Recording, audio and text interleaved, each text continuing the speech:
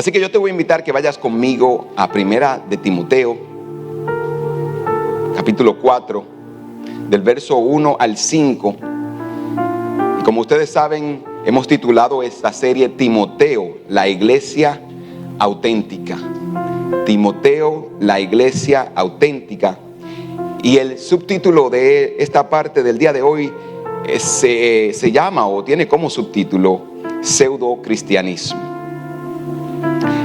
El versículo 1 dice: pero en el Espíritu dice claramente que en los últimos tiempos algunos se apartarán de la fe, prestando atención a espíritus engañosos y a doctrinas de demonio.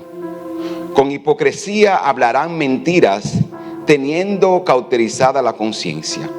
Prohibirán casarse y mandarán a abstenerse de los alimentos que Dios creó, para que con acción de gracias participen de ellos los que creen y los que han conocido la verdad. Porque todo lo que Dios ha creado es bueno, y no hay que rechazar nada cuanto es recibido con acción de gracias, pues santificado por medio de la palabra de Dios y por la oración. Como les dije, nosotros hemos titulado esta parte de esta serie Pseudo Cristianismo. Y me llama mucho la atención que Pablo, a mitad de esta carta, una vez más vuelve a traer a colación el tema de la falsa enseñanza. Y la palabra pseudo-cristianismo lo que significa es algo falso, algo que no es íntegro, algo que es engañoso. Y por eso hemos titulado esta parte de esta manera, porque muchas veces cuando nosotros hacemos cosas que supuestamente son de fe o son cristianas, muchas veces son costumbres que se nos pasaron a nosotros, pero que realmente no son la verdad del evangelio, no son los principios cristianos que están sujetos por la palabra del Señor. Entonces, la palabra pseudocristianismo describe este tipo de falsa enseñanza que es muy sutil y que puede parecer correcta en su superficie, pero cuando usted la va estudiando, cuando usted se detiene a meditar en eso, usted se da cuenta que es un engaño y que es incorrecto. Y es por eso que cuando usted escucha a cualquier predicador y cuando usted escucha a una persona hablar, yo sé que muchas veces nosotros tenemos el decir amén en automático, pero no todo lo que se dice de acá al frente y no todo lo que se enseña es palabra de Dios. Al decir esto lo pone a mí en una tela de juicio, porque yo también soy predicador. Pero con esto yo le quiero decir, cuando usted recibe la palabra, usted debe también estudiarla. Y por eso es una de las razones que cuando nosotros hablamos de la palabra del Señor, siempre tomamos y miramos los textos bíblicos y vamos con la Biblia abierta, o citamos la palabra del Señor como el fundamento de lo que estamos enseñando. Así que esta es una de las cosas que Pablo quería hablarle a Timoteo. Le dice: tienes que hablar y tienes que corregir y tienes que combatir las falsas enseñanzas. Y el primer principio que quiero darte hoy es que el peligro de las falsas enseñanzas. Y mire algo interesante, que cuando leemos el versículo 1, él dice: pero el Espíritu declara. Él no está diciendo yo declaro, sino él está diciendo el Espíritu declara que en los últimos tiempos algunos se apartarán de la fe, prestando atención a espíritus engañadores y a doctrinas de demonios. Mira, si eres cristiano o si has estado en la iglesia por un cierto tiempo, yo me atrevería a pensar que todos nosotros hemos conocido a alguien que en algún momento fue cristiano y que se apartó de la fe.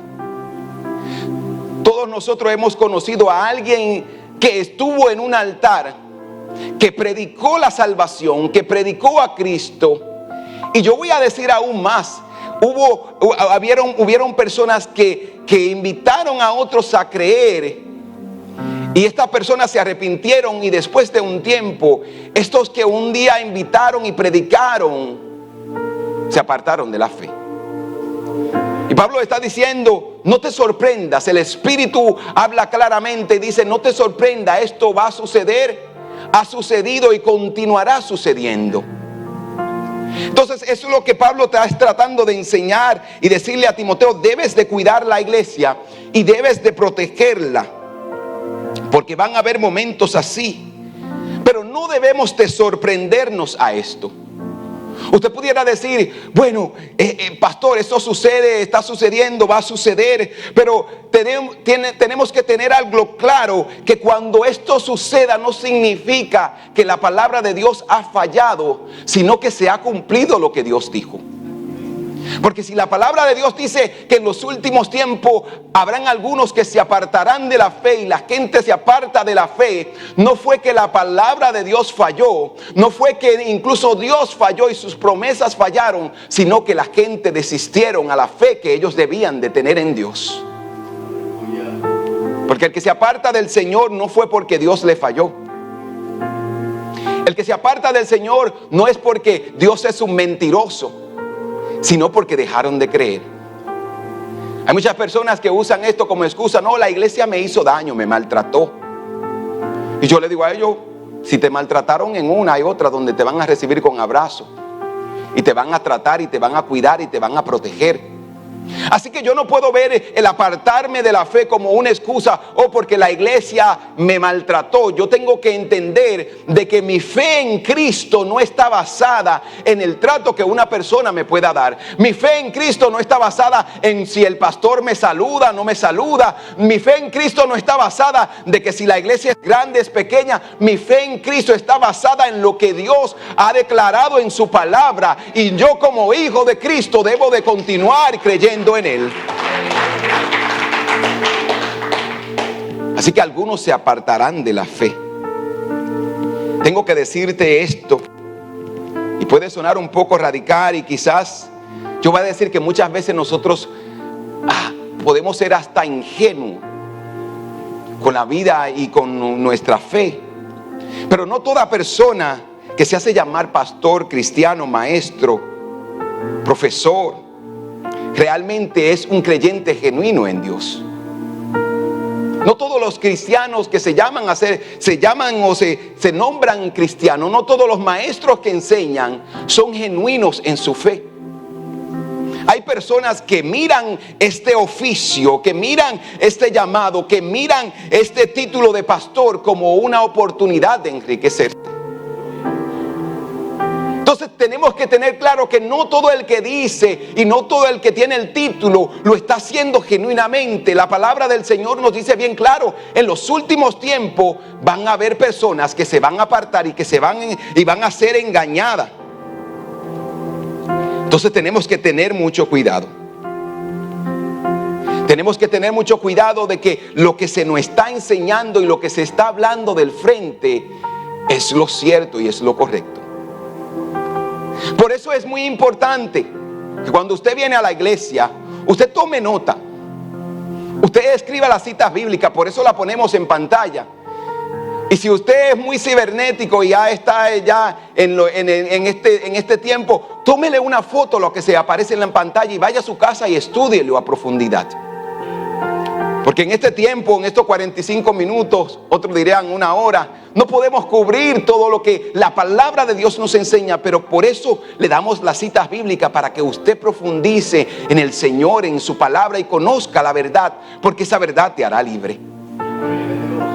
Mire algo, a mí me gusta esto que dice nuestro pastor, y es que existe una línea bien fina entre un profeta y un brujo. Existe una línea bien finita en lo que es un profeta de Dios y un brujo. Existe una línea bien fina en uno que adivina y otro que discierne las cosas del Espíritu. Hay una línea bien fina entre estas cosas. Mire, porque hay una realidad que cuando una persona nace, Dios le da dones, le da talentos, habilidades. Y ambos tienen la misma habilidad, pero uno lo decide escoger y utilizarlo para para adorar y para seguir las instrucciones de Satanás, y el otro sigue las instrucciones de Dios. Hay una línea bien fina en eso. Cuando yo miro muchos de los profetas que hoy están en el Señor, me doy cuenta que la mayoría de ellos vienen de una cultura de ocultismo y brujería. Que antes ellos usaban esa habilidad y ese don que ellos recibieron para las cosas del ocultismo, de la brujería, y darle gloria a Satanás. Pero ahora que se han convertido, ahora lo hacen para gloria y honra del Señor. Y esto es algo muy delicado, que uno debe de tener mucho cuidado en esto, porque esta línea bien fina, un día puede que esta persona se sienta llena de wow, cuánto Dios me usa, y comience a dejar a Dios a un lado y a operar en el don para gloriarse a sí mismo. Entonces tenemos que tener mucho cuidado en lo que hacemos, y el que se para aquí al frente. La diferencia entre un don impío y un don sacro es que un don impío lleva todo al corazón para gloriarse a sí mismo. El don impío, la gente cuando tiene un don y lo usa para sí mismo, lo hace para su propia gloria. Es cierto que Dios les revela, es cierto que tienen la habilidad de ser usado por Dios, pero el don impío muchas veces va a llevar a la gente a adorarse a sí mismo. La diferencia entre el don impío y el don sacro es que el don sacro, todo lo que hace, todo lo que opera, lo hace con gratitud, y lo hace para llevarlo al trono de la gracia, y que lo que hace glorifique al Señor. Mira, si un profeta se para aquí, comienza a hablar, y al final del día se va a su casa, y usted dice, wow, ese hombre es un hombre poderoso, o esta es una mujer poderosa, y usted habla más del hombre que el Dios que usa ese hombre, hay un problema en eso. Hay un problema en eso, porque usted debe de entender de que todo el que se para aquí al frente debe de hacerlo para glorificar al Señor. El falso maestro en muchos de los casos trata con personas, o son personas que profesan tener fe, pero que nunca han tenido una fe genuina, ni han buscado darle la gloria a Dios. Entonces tenemos que tener mucho cuidado con eso. Y usted tiene que saber que si una persona se aleja de la fe y nunca regresa, o una persona que es usado por Dios se aparta de la fe, ese nunca fue cristiano. Todo el que se aparta de la fe nunca tuvo una fe genuina. Y mire lo que dice Primera de Juan 2:19, hablando de estas personas que un día hablaron de la fe, caminaron en fe. Dice, salieron de entre nosotros, pero no eran de nosotros. Porque si hubieran sido de nosotros, habrían permanecido con nosotros. Pero salieron para que fuera evidente que no todo eran de nosotros. Que no todo eran de nosotros. Y la pregunta que usted se puede hacer y nos podemos hacer, ¿cómo una persona de la fe, una persona usada por Dios, puede llegar a desviarse de la verdad? El versículo 1 nos habla de esto y dice, prestaron atención a espíritus engañadores y a doctrinas de demonios. Prestaron sus oídos, prestaron su mente a espíritus engañadores, a doctrinas de demonio. Tú tienes que tener mucho cuidado lo que tú escuchas y lo que tú ves.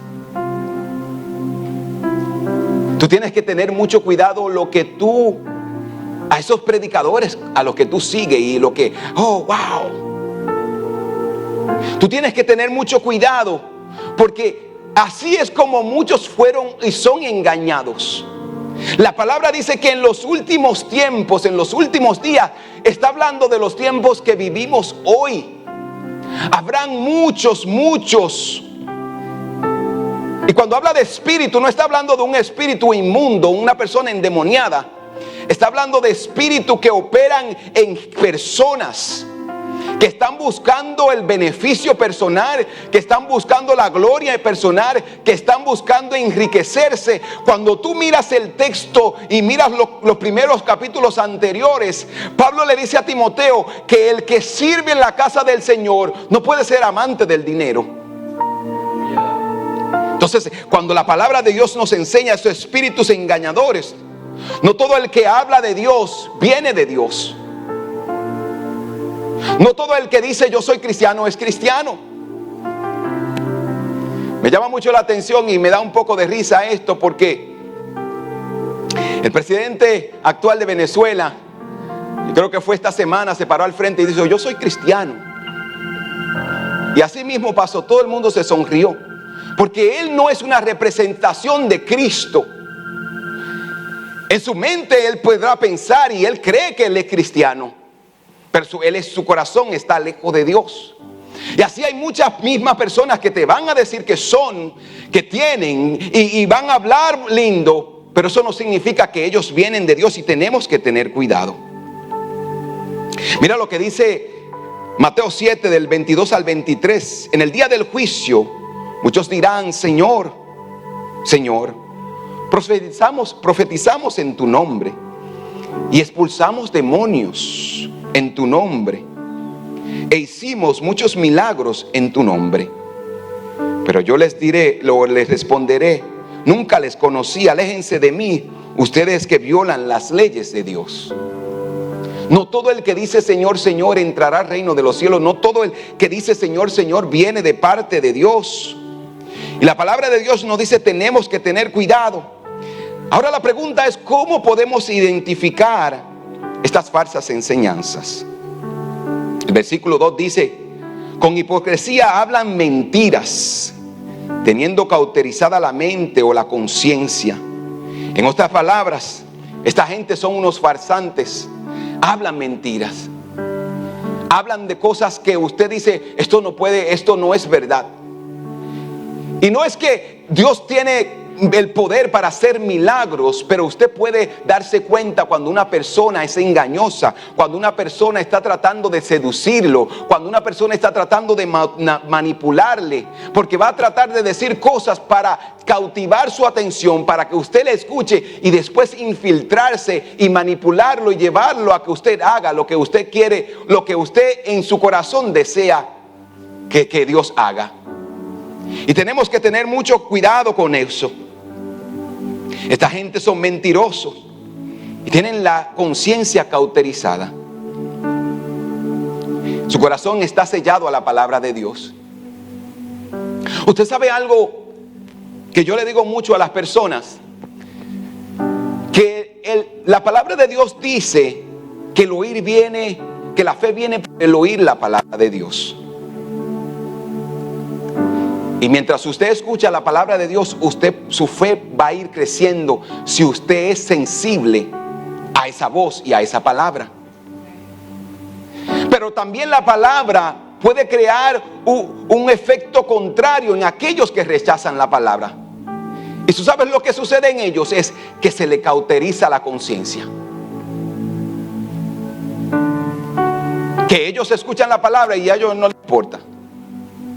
Que ellos escuchan la palabra y a ellos ya no, eso no le pasa nada a ellos. Sus emociones ya están frías, sus pensamientos ya están calculados. Cuando una persona se le cauteriza la conciencia, por más que la palabra quiere entrar, ya no hay una reacción, porque escuchó tanto la palabra de Dios y no le hizo caso, que su corazón ya se endureció.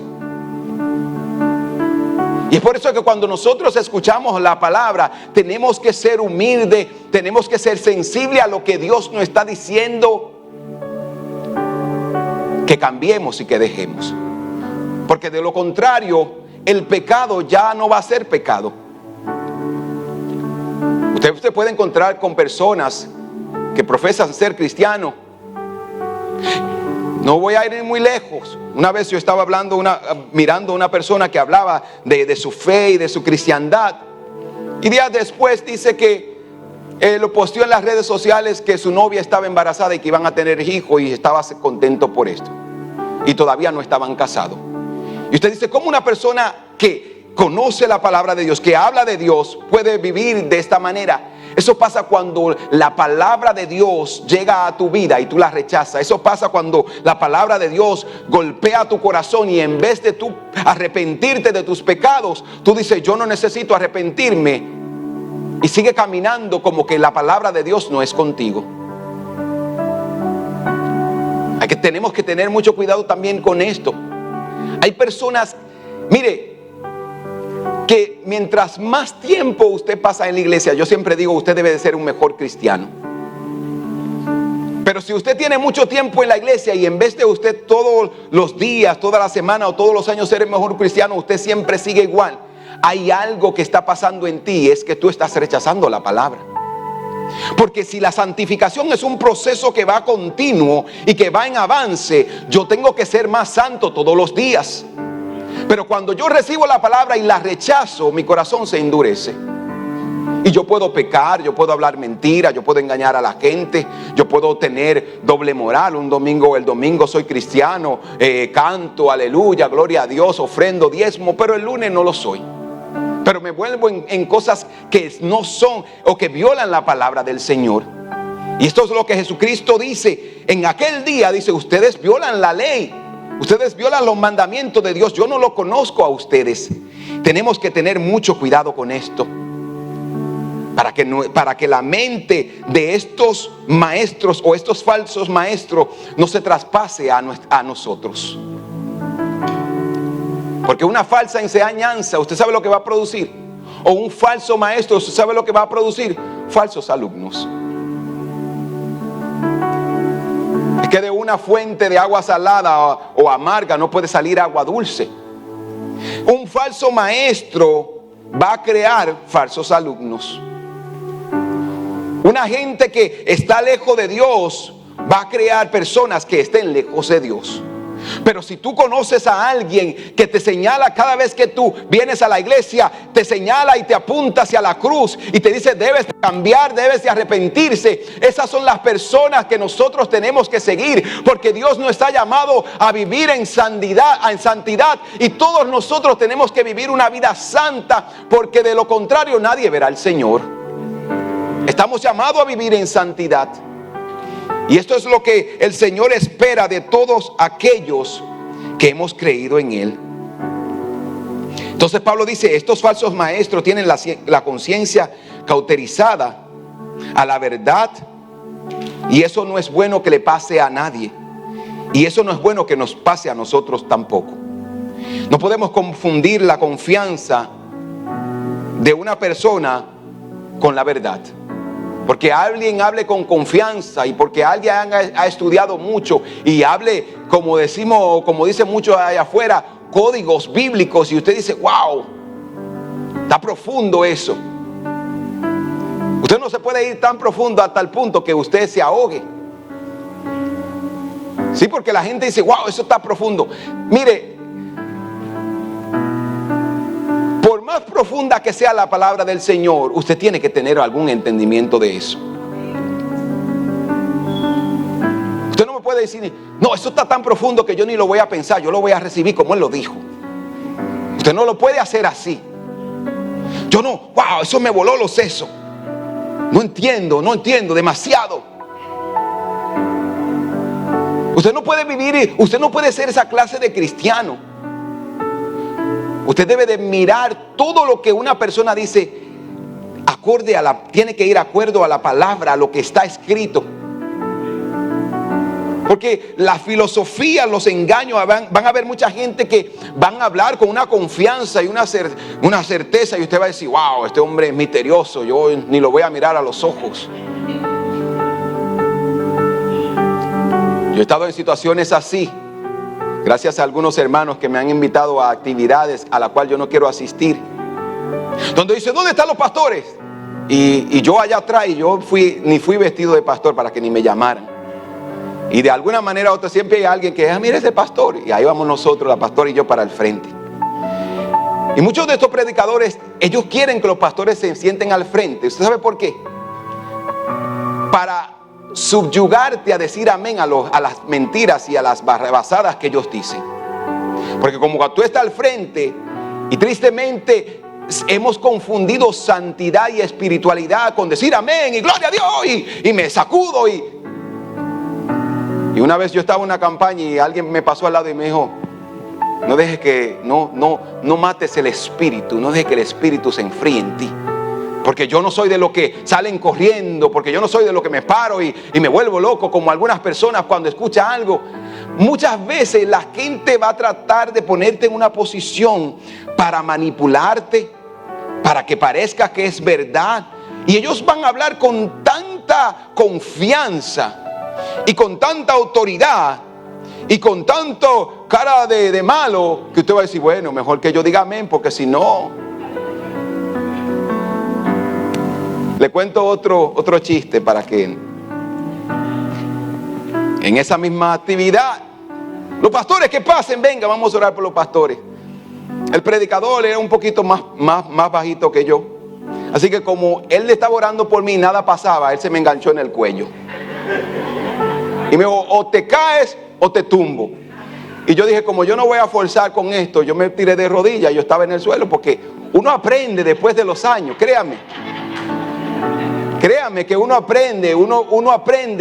Y se dan situaciones así donde la gente quiere manipular el espíritu, quiere manipular a la gente y muchos salen de ahí: wow, qué culto más poderoso. Wow, mira, hasta el pastor Fi se cayó y ese hombre no se cae.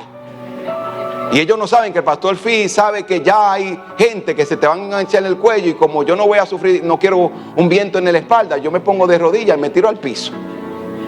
Pero hay situaciones así. Usted se ríe, pero esa es la fe que muchos profesan, que muchos practican y que muchos le llaman poder y Espíritu Santo.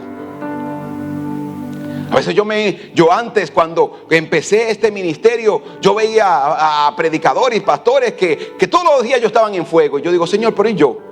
¿Cuándo que yo me voy a aprender? Porque uno ve que ellos todo el tiempo están tumbando a alguien. Yo: Señor, ¿y cuándo que yo me voy a aprender? Hasta el día que yo entendí que eso no es fe, eso no es Espíritu Santo, eso no es santidad. La palabra de verdad, la palabra certera, es aquella que señala a Cristo. No señala al hombre, no glorifica al hombre, señala a Cristo. Mira, si usted escucha a un predicador y ese predicador le lleva a una gloria personal al final de su predicación, eso no es de Dios, es una falsa enseñanza. Porque la verdadera palabra, la palabra que transforma, que cambia, ¿sabes lo que hace? Cuando termina la predicación, cuando se termina de hablar, tú y yo debemos de terminar de rodillas en el piso y decir: Señor, me arrepiento de mis pecados, soy pecador, necesito salvación, necesito ser liberado. Eso es la palabra verdadera, la palabra que transforma, la palabra que te confronta, la palabra que tú dices: el pastor lo estaba diciendo por mí. Y claro que hay que decirlo por ustedes, porque a eso Dios me llamó, a predicar una palabra que te confronte y que te ayude a vivir una vida en santidad. Que cuando tú te descarríes del lugar que Dios te puso, la palabra llegue a ti y diga: necesito volver y necesito ponerme a cuentas con Dios. Eso es la palabra que transforma. Entonces, estos falsos maestros, ¿saben lo que estaban haciendo? El versículo 3 dice que ellos estaban prohibiendo a la gente a casarse y abstenerse de los alimentos. Estos maestros estaban diciendo: si realmente quieres ser espiritual, si realmente quieres ser piadoso, hay ciertas cosas de las cuales debes limitarte o abstenerte. Ellos estaban diciendo: una persona espiritual no se casa. Porque ellos estaban diciendo: no, eso del matrimonio. Y usted sabe que las personas cuando se casan hay una relación íntima, tienen relaciones sexuales. Ellos decían: no, eso no es una persona que quiera vivir en santidad, no tiene que casarse, porque se va a envolver en cosas que no son cristianas. o no son santas según sus enseñanzas. Una persona realmente espiritual no come ciertas cosas porque son inmundas, porque no vienen de Dios. Estos maestros estaban enseñando a la gente de aquellas normas que eran del Antiguo Testamento y que Dios había dicho: ustedes no pueden hacer esa práctica. Pero cuando miramos el Nuevo Testamento y miramos a Cristo, la palabra de Dios nos enseña que Cristo hizo buenas todas las cosas y Él dijo: ustedes pueden comer de todo esto. Entonces ellos le estaban enseñando que no se casaran. Ellos le estaban enseñando que no comieran ciertos alimentos, tratar de continuar la práctica de la ley.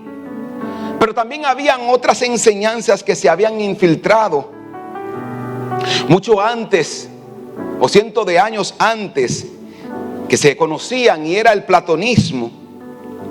Y estas enseñanzas estaban basadas en Platón. Y una de esas enseñanzas que este gran filósofo de la historia enseñó era el dualismo. Lo que eso significa es que el dualismo es que el mundo está básicamente dividido en dos cosas. Hay cosas materiales y hay cosas espirituales. Hay cosas físicas que podemos tocar y hay cosas que no son físicas. El dualismo decía: hay dos mundos. Este púlpito, este podium es físico. Mis pensamientos son espirituales, mi alma es espiritual. Esa enseñanza del dualismo enseñaba que habían dos mundos. Pero lo que realmente, el centro de esa enseñanza era que decía que las cosas físicas son malas. Los deseos físicos son malos. Las cosas de este mundo son malas, las espirituales son buenas. Las cosas de esta vida, la práctica, el matrimonio, las relaciones sexuales, el comer un alimento, eso es malo, eso te puede llevar a la perdición. Pero el espíritu es bueno. Y ellos trataban de enseñar esto, y esto se estaba infiltrando en la iglesia. Y tenemos que darnos cuenta que cuando miramos la palabra del Señor, todo lo que Dios hizo es bueno. ¿Y cómo esto se aplica a nuestras vidas? Mire, cada vez que alguien enseñe que tu espiritualidad, tu santidad debe de medirse por lo que evitas o por lo que te abstienes, estás recibiendo una falsa enseñanza. Oh, yo no me pongo este estilo de ropa porque eso me limita a mi santidad. Oh, no, yo no como esto porque esto no me corrompe. Oh, yo no casarme, no, yo no me voy a casar, yo voy a vivir una vida sacra, una vida santa ante Dios. Y el matrimonio y las relaciones íntimas me corrompen. Y yo quiero elevarme hasta un nivel más alto de santidad que cualquier otra persona. Cuando tú oyes a una persona que te dice: para tú vivir en santidad, tú tienes que comenzar a hacer cosas, tú tienes que tener mucho cuidado con eso. Porque ellos están poniendo dogmas, enseñanzas, yugos que ni ellos mismos pueden llevar. Ni ellos mismos pueden llevar. Entonces tenemos que tener mucho cuidado. Porque si tú comienzas a tratar de vivir una vida de santidad para que el pastor te vea, créeme que va a llegar un día donde tú vas a decir: el pastor no está aquí, hoy yo me la voy a gozar. Si tú estás viviendo una vida de santidad para que los hermanos digan: wow, ese hermano sí, poderoso, Dios lo usa grandemente. Cuando los hermanos no estén ahí, llegará un día donde tú dices: los hermanos no están aquí, hoy es mi día y yo me lo voy a disfrutar.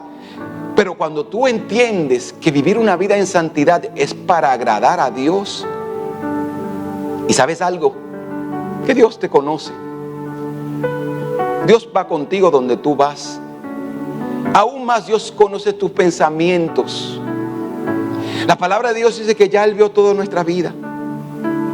Ya Él conoce nuestro pensamiento. Así que la santidad, mira, si tú aprendes a vivir en santidad para Dios, tú no vas a tener ningún problema en vivir en santidad para los hombres. Porque tú vas a entender que tu vida, que lo que tú haces es para gloria y honra del Señor, y te vas a guardar porque quieres agradarle primero a Él antes que a los hombres. Si aprendes a agradar a Dios, la vida de santidad no será difícil ante la gente, porque tú entiendes que Dios te ha llamado para esto. Mire lo que dice Colosenses 2:20.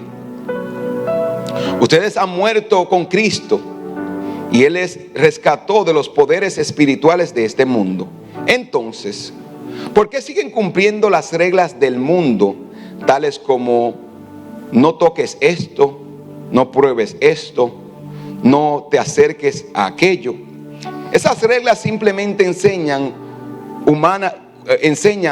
enseñanzas humanas acerca de las cosas que se deterioran con el uso. Podrán parecer sabias porque exigen una gran devoción, una religiosidad de abnegación y una severa disciplina corporal. Pero a una persona no le ofrece ninguna ayuda para vencer los malos deseos. Abnegarse a cosas no te va a quitar los malos deseos. Si en tu corazón existen esos malos deseos, el que tú te abnegues a ellos no va. Yo escuché la historia de un hombre una vez que dijo que quería trascender. Y como él quería trascender, él dijo que se iba a vivir con los monjes del Himalaya. Se fue a vivir con ellos. Y cuando él llega allá, él está en unos días y cuando llega la noche le dan una cama de madera para dormir. Y él dice que la primera noche él durmió en la cama de madera. Y él, aquí yo voy a vencer mis malos deseos. Y pasó esa noche y el hombre al otro día se levantó adolorido. Y cuando se levantó al próximo día se sentía con los mismos malos deseos. Y pasaron días y este hombre, en vez de ir alejándose a los malos deseos, su corazón se estaba llenando de rabia y de odio en contra de los monjes, porque decían, esta gente lo que me tiene pasando trabajo y no está sucediendo nada en mí. Y dice que después de un tiempo este hombre se levantó una mañana, insultó a todos los monjes y se dijo, yo voy a regresar a mi vida pasada porque ustedes no me ayudaron a que se fueran los malos deseos.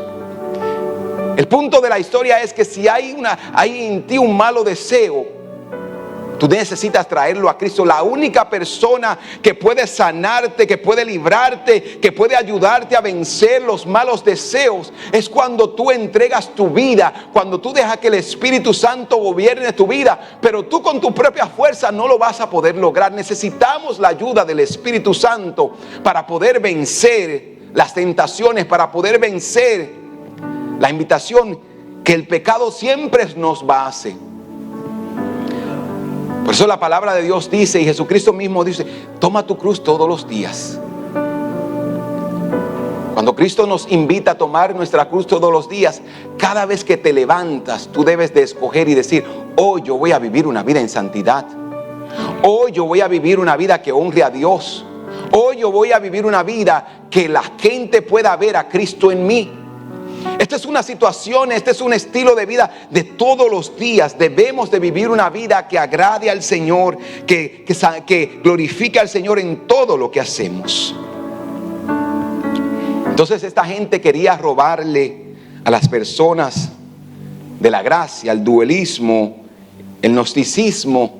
Hablaba de trascender, de elevarte, de llegar a un lugar, limitándote de cosas. Y la segunda cosa que quiero mencionarte en este día la encontramos en el versículo 13. Es la libertad de la gracia. Mire lo que dice el versículo 13 de este mismo libro de Primera de Timoteo 4. Prohibirán casarse y mandarán a abstenerse de los alimentos que Dios creó, para que con acción de gracias participen de ellos los que creen y los que han conocido la verdad. La palabra clave aquí es Dios creó. Los falsos maestros dicen que no se deben comer ciertas cosas o ciertos alimentos. Pero si recordamos la palabra del Señor en el libro de Génesis, cuando Él creó todo, Él dijo: esto es bueno, esto es bueno, esto es bueno. La pregunta es: ¿a quién le vas a creer? ¿A lo que los hombres están diciendo o lo que la palabra de Dios dice? ¿A quién le vas a creer? ¿A quién vas a obedecer? Las cosas que Dios creó son buenas. La creación de Dios es buena. Marcos 7:19 dice: la comida no entra en su corazón, solo pasa a través del estómago y luego termina en la cloaca. Al decir esto es hablando de Jesús, declaró que toda clase de comida es aceptable a los ojos de Dios. Jesús estaba siendo específico, estaba declarando que las cosas que Dios creó son buenas. Dios creó cosas buenas para ti y tú debes de recibirlo con gratitud. Eso es lo que Pablo estaba combatiendo, le estaba diciendo a Timoteo: debes de decirle a la gente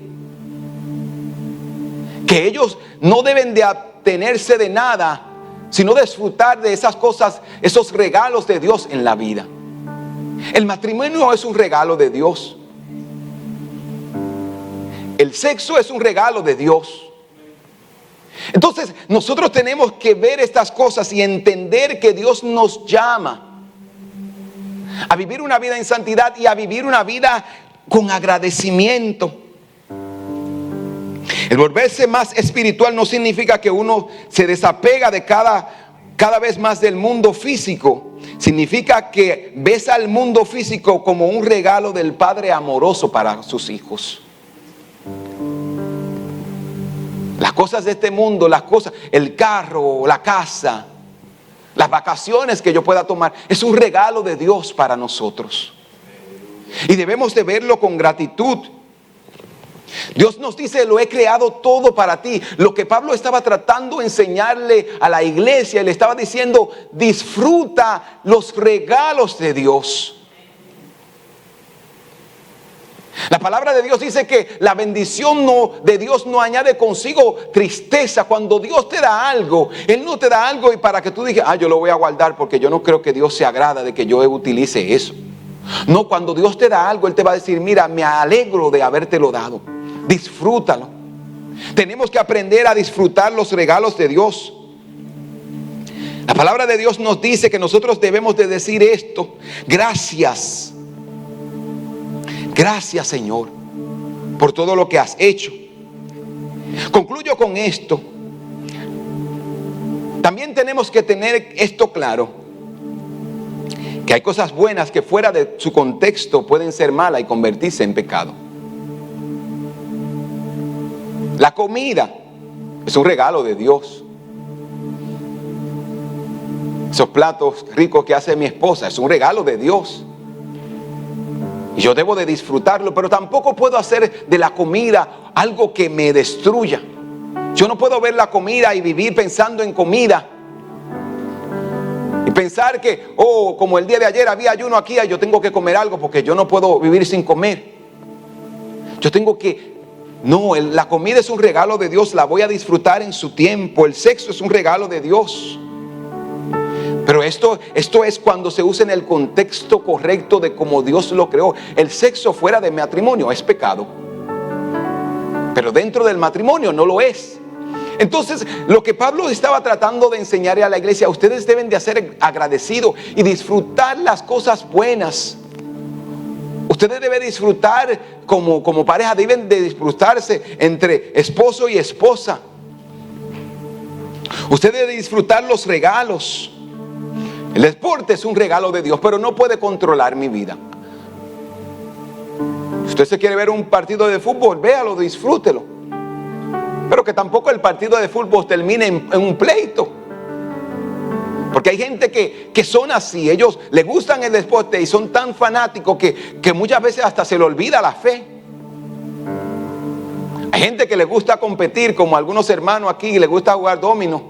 Y tenemos un joven que él le gusta competir hasta que él está perdiendo.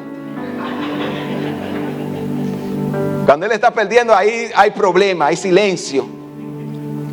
Pero yo puedo hacer todas estas cosas y disfrutarme el momento con mis amigos, sonreír, pero yo no puedo terminar un juego de dominó en pleitos porque yo no quiero perder.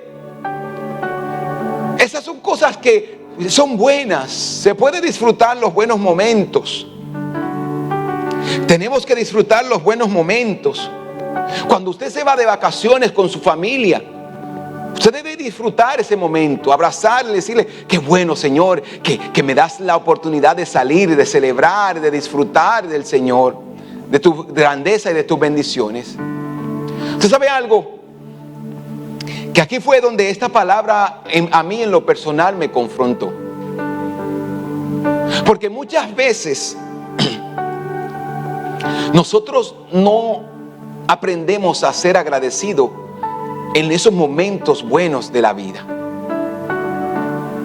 Y a veces, muchas veces, en vez de dar agradecimiento a Dios, lo que nosotros nos pensamos: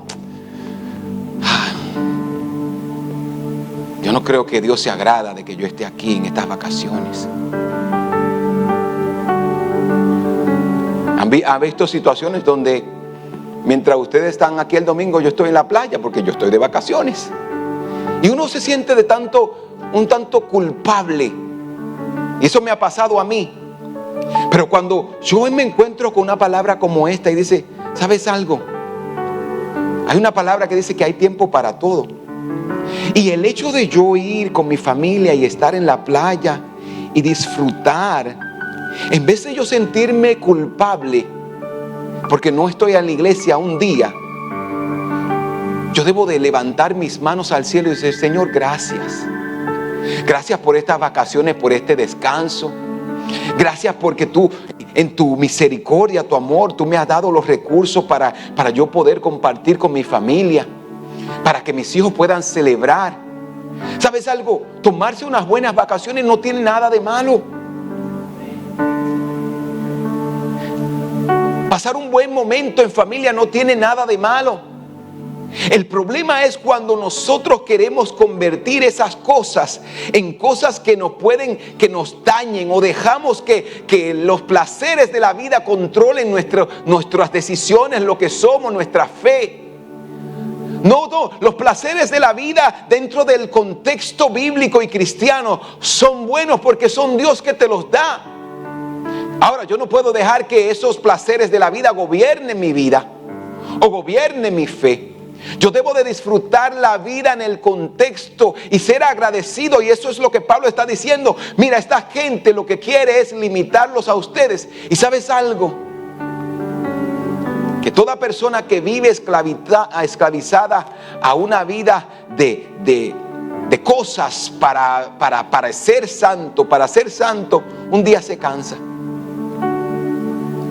Un día se cansa. Un día se aparta de la fe. Un día desiste, porque está tratando de vivir una vida de fe en base a cosas para agradar a Dios, cuando Dios nos está invitando a vivir una vida de fe en obediencia a su palabra. En obediencia, amar a la gente, ser agradecido con Dios, son de las cosas que Dios quiere darnos y quiere que Dios veamos y entendamos que debemos de ser agradecidos. Cuando yo digo que toda la creación es buena y está destinada al disfrute, eso no significa que todo sea bueno si se utiliza mal fuera del contexto que Dios estableció. Mire lo que, como termina el versículo 4 y 5, dice: porque todo lo que Dios ha creado es bueno. La esposa que Dios te dio es una bendición. El esposo que Dios te dio es una bendición. Y no hay que rechazar nada cuando es recibido con acción de gracia. Cuando es recibido con acción de gracias. cuando la gente te bendice, recíbelo con acción de gracia. Cuando Dios te bendice, hazlo con acción de gracias. Yo le decía a la pastora que tenemos que tener mucho cuidado y dar gracias a Dios en todo tiempo. Porque cuando miramos el libro de Romanos nos damos cuenta que Pablo dice que la gente, a mucha gente se le entenebreció, se le cauterizó la mente, el corazón, porque ellos vieron y sabían que Dios era Dios, pero no lo adoraron ni le dieron gracias. La ingratitud te va a hacer rechazar a Dios. Si eres una persona ingrata, ¿sabes lo que vas a hacer? Tú vas a decir: yo no tengo nada que agradecerle a nadie. Usted no ha conocido personas así que dicen: yo no tengo nada que agradecerle a nadie, yo lo alcancé solo. ¿Sabes algo? Tú no lo alcanzaste solo. Dios te abrió la puerta. Es la primera cosa. Dios fue que puso la gracia. Dios fue que puso el favor para que ese jefe te diera la oportunidad de empleo. Dios es que puso la gracia para que esos clientes vayan a tu negocio. Así que por más que tú te creas y tú digas: no, yo no le debo nada a nadie, tú le debes muchas cosas a muchas personas, porque hubo alguien que vino detrás de ti, que ahora estableció un camino por el que tú estás caminando, y sí debes de darle gracias a Dios y a la gente, porque ha sido de bendición para ti. Así que todos nosotros tenemos a alguien que abrió la puerta para que nosotros pudiéramos entrar. No, yo llegué solo a este país. Usted no llegó solo. Hubo alguien que te trajo. Y aunque tú digas: no, yo pagué mi pasaje. Usted pagó su pasaje, pero hubo alguien que te ayudó a llegar donde tú estás. Tú no llegaste a donde tú estás solo. Y si algún día tú dices: no, pastor, yo le puedo comprobar que yo lo hice yo solo. ¿Sabes algo? Necesitas entender que aún cuando tú piensas, o que y puede ser que lo hiciste o llegaste a donde estás solo, hubo una gracia que te bendijo. Hubo un Dios que te cuidó. Hubo un Dios que te libró de la muerte. No, pastor, yo vine solo, yo vine caminando, hay una frase nueva en nuestro país que llaman por la vuelta. Yo vine por Centroamérica y llegué a este país solo. Hay muchos que vienen y no llegan. Y el hecho de que tú hayas llegado significa que Dios te guardó. Así que lo que la palabra de Dios nos está enseñando es, y lo que los falsos maestros van a contradecir, y ellos te van a decir: necesitas crecer, elevarte por encima de todos los placeres de la vida para poder ser una persona santa. La Biblia nos dice: ¿sabes algo? Cuando tú eres agradecido, tú vas a disfrutar de todo lo que Dios te dio. Tú vas a celebrar las bendiciones de Dios. Eso es lo que nosotros debemos de entender, que debemos ser agradecidos y decir: Señor, si yo lo logré, si mi hijo lo lograron, si tengo una casa, si tengo un carro, si tengo un lugar donde dormir, es porque tú has sido bueno. Y eso es lo que Pablo nos está invitando. Él dice: deben de hacer todo esto con acción de gracias, pues todo es santificado por medio de la palabra de Dios y la oración. Yo voy a dar gracias a Dios por lo que he recibido. Voy a dar gracias a Dios por lo que tengo. Voy a dar gracias a Dios porque Dios ha sido bueno. Voy a dar gracias también a la gente, porque la acción de gracia no está limitada solamente a Dios. Debemos ser agradecidos con esos que han abierto y que nos han bendecido. Debemos ser agradecidos también con esos que se han esforzado para que hoy nosotros estemos aquí. La Biblia dice que todas esas cosas buenas que recibimos son regalos de un Padre amoroso. No porque no los merezcamos, no porque yo sea perfecto, sino porque Dios nos amó. Y su palabra dice que Él me amó antes de que yo le amara. Y cuando Dios me bendice, Él se alegra. Cuando Dios me abre puerta, Él se goza y Él dice: es tuyo, hijo, te lo regalo.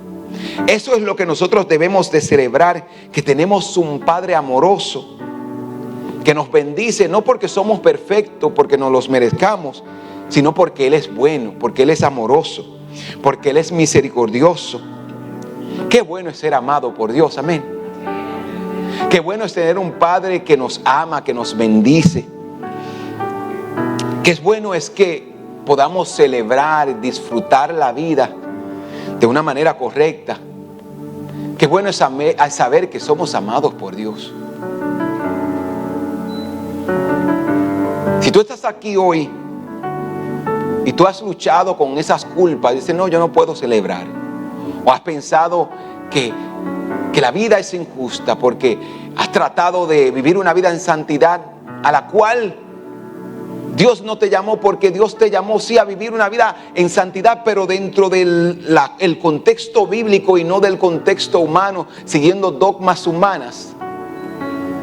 Y si hoy tú te sientes que la vida que has vivido en fe y en Cristo no es una vida que te llena de gozo y de alegría, debes dar un acto de acción de gracias. Debes de detenerte y decir, ¿sabes algo? Jesucristo dijo, yo he venido a ustedes para darle vida y una vida abundante. ¿Sabes lo que significa tener una vida abundante? Que tú reflejas el gozo, que tú reflejas paz, que tu alegría se puede pasar a otros. Que cuando tú llegas a un lugar la gente se alegra de que tú llegaste, de que estás presente. Una vida abundante es que cuando tú te despiertas en la mañana tú dices, hoy es el día que creó el Señor y yo me voy a gozar en Él, yo voy a celebrar en Él.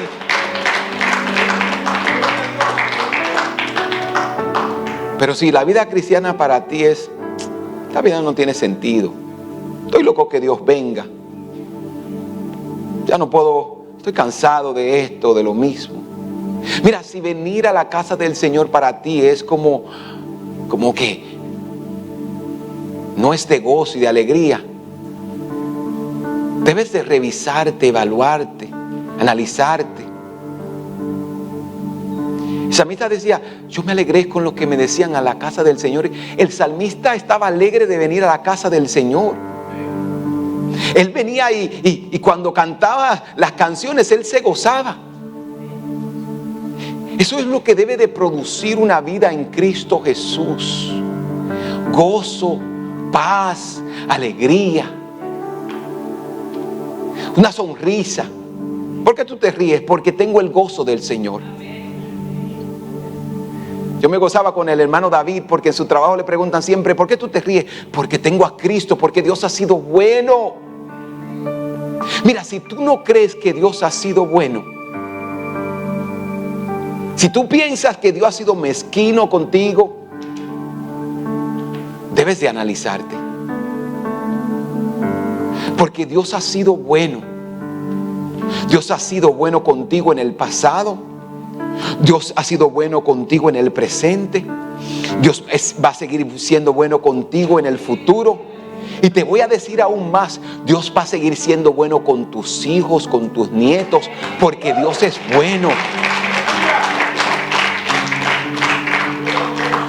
Así que cuando la vida te presente sin sabores, o cuando una gente quiera limitarte a gozarte en el Señor, porque ¿sabes algo? Hay gente que piensa que sonreírse en la iglesia es malo. Yo fui perseguido durante mi adolescencia porque decían que yo me reía mucho. Hay gente que piensa que eso no es santidad. Pero ¿sabes algo? Hay algo que yo siempre le digo a mi hijo Josiah y a mis hijos. No deje que nada te robe el gozo del Señor. Sonríe, sé feliz. Hoy es el mejor día para tú salir de aquí y decir, ¿sabes algo? Yo tengo a Dios. Yo tengo la salvación. Mis hijos están bien. Tengo alimento en casa. Yo tengo una cama donde dormir. Yo tengo un carro. Ya yo no monto burro o burra como hacíamos en nuestro país. Tenemos carro ahora. Hay muchas razones para ser agradecido. Hay muchas razones para celebrar, para cantar de la bondad del Señor. Dios ha sido fiel. Dios ha sido fiel y seguirá siendo fiel contigo. ¿Y sabes algo? Que los momentos difíciles de la vida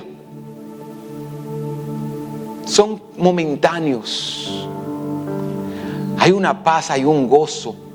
Y lo que Dios ha prometido para ti en el futuro es algo que debe de impactarte, debe de levantarte todas las mañanas y decir: yo voy a seguir pues lo que Dios ha establecido, lo que Dios dijo, porque hay algo poderoso que me espera, algo que allá afuera me espera del Señor. Yo voy a celebrar su paz, yo voy a celebrar su gozo. Y no solamente voy a celebrarla, sino que yo voy a gozarme en el Señor. Y cuando tengas momentos hermosos, como unas vacaciones, como salir con tu familia a cenar, como comprarte un par de zapatos o comprarte un vestido, tú debes de mirar al cielo y decirle: Señor, gracias porque tú has sido bueno, porque me has bendecido y porque a ti te debo todo lo que soy, todo lo que tengo. Dios ha sido bueno y Dios ha venido para darnos vida y vida en abundancia.